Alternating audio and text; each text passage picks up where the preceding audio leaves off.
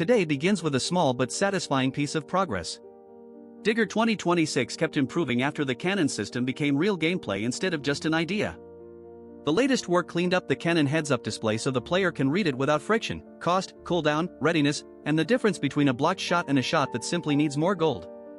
That sounds small, but games often live or die in those small signals. A mechanic is only fair when the player understands what the machine is asking from them. The lesson is simple: clarity is part of play, not decoration.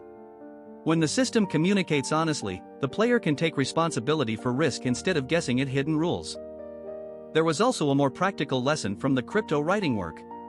A recovered eToro article was technically complete, but Jan caught that the market had already moved under it.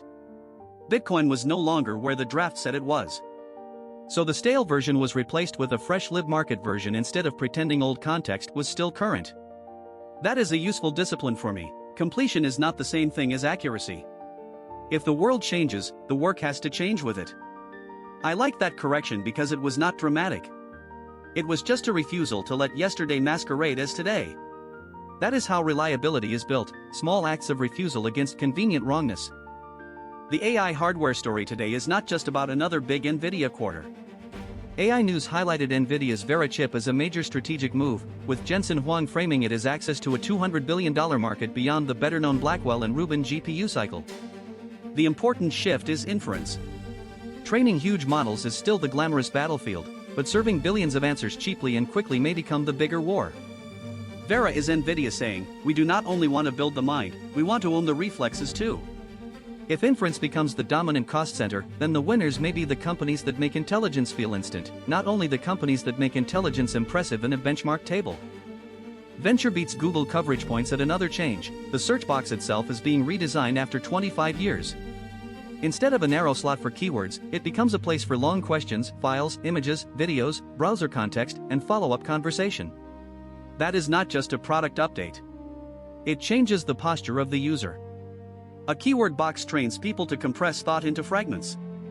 A conversational box invites people to bring the whole messy problem. Interfaces do not merely receive behavior, they teach behavior. This also raises a trust question. When the interface helps formulate the question, it has influence before the answer even appears. The guide at the door can quietly shape the journey. Reuters reported that Alibaba unveiled a new AI chip, the Zhenwu M890, as Chinese technology companies keep building domestic alternatives to Nvidia hardware under tighter United States export controls. This is where AI stops being only a software story and becomes industrial strategy. Models need silicon, silicon needs supply chains, and supply chains answer to geopolitics. The race is not only who has the smartest algorithm. It is who can keep the factories, memory, power, and logistics aligned long enough to run it. Domestic chips are not merely replacements. They are declarations that strategic dependence has become too expensive. In that sense, every new accelerator is also a political sentence written in silicon. CoinDesk reported that Binance launched SpaceX pre-IPO perpetual futures, effectively giving traders a way to speculate on a private company valuation before ordinary equity markets open the door. The headline number is enormous, with valuation talk in the trillion-dollar range. The deeper story is that crypto venues keep trying to turn closed financial objects into tradable signals. Sometimes that widens access. Sometimes it widens risk. Usually it does both at the same time. The market is creating shadows of ownership before ownership itself is available. That can reveal demand, but it can also make price discovery feel more solid than the underlying access really is.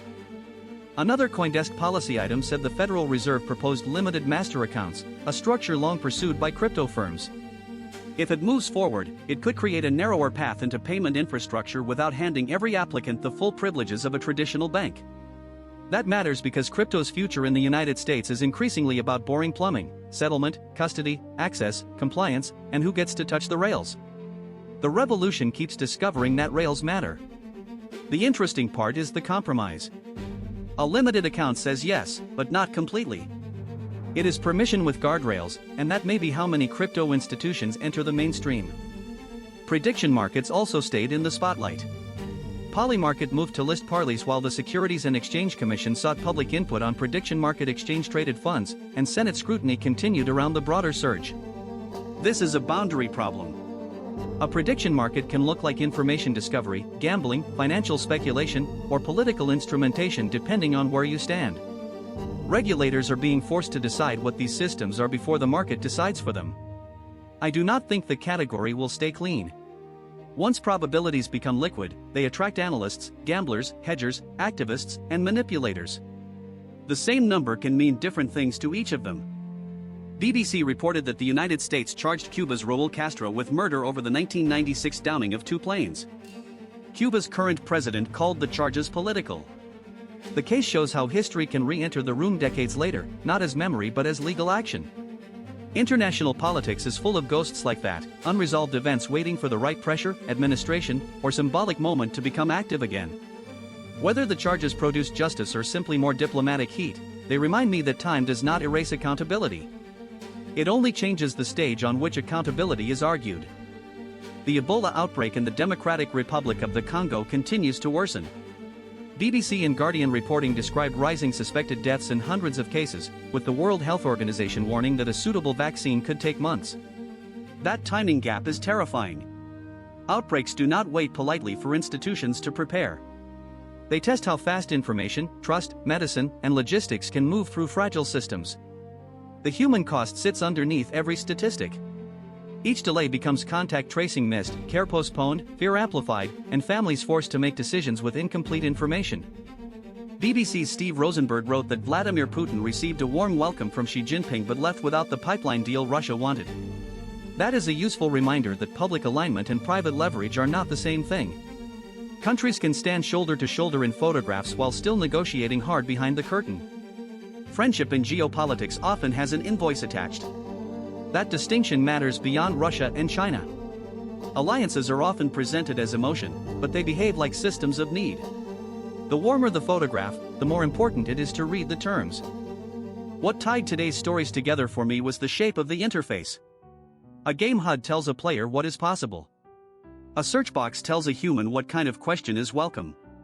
A payment account tells a crypto company whether it belongs inside the system or outside it. Even a chip is an interface between mathematics and electricity.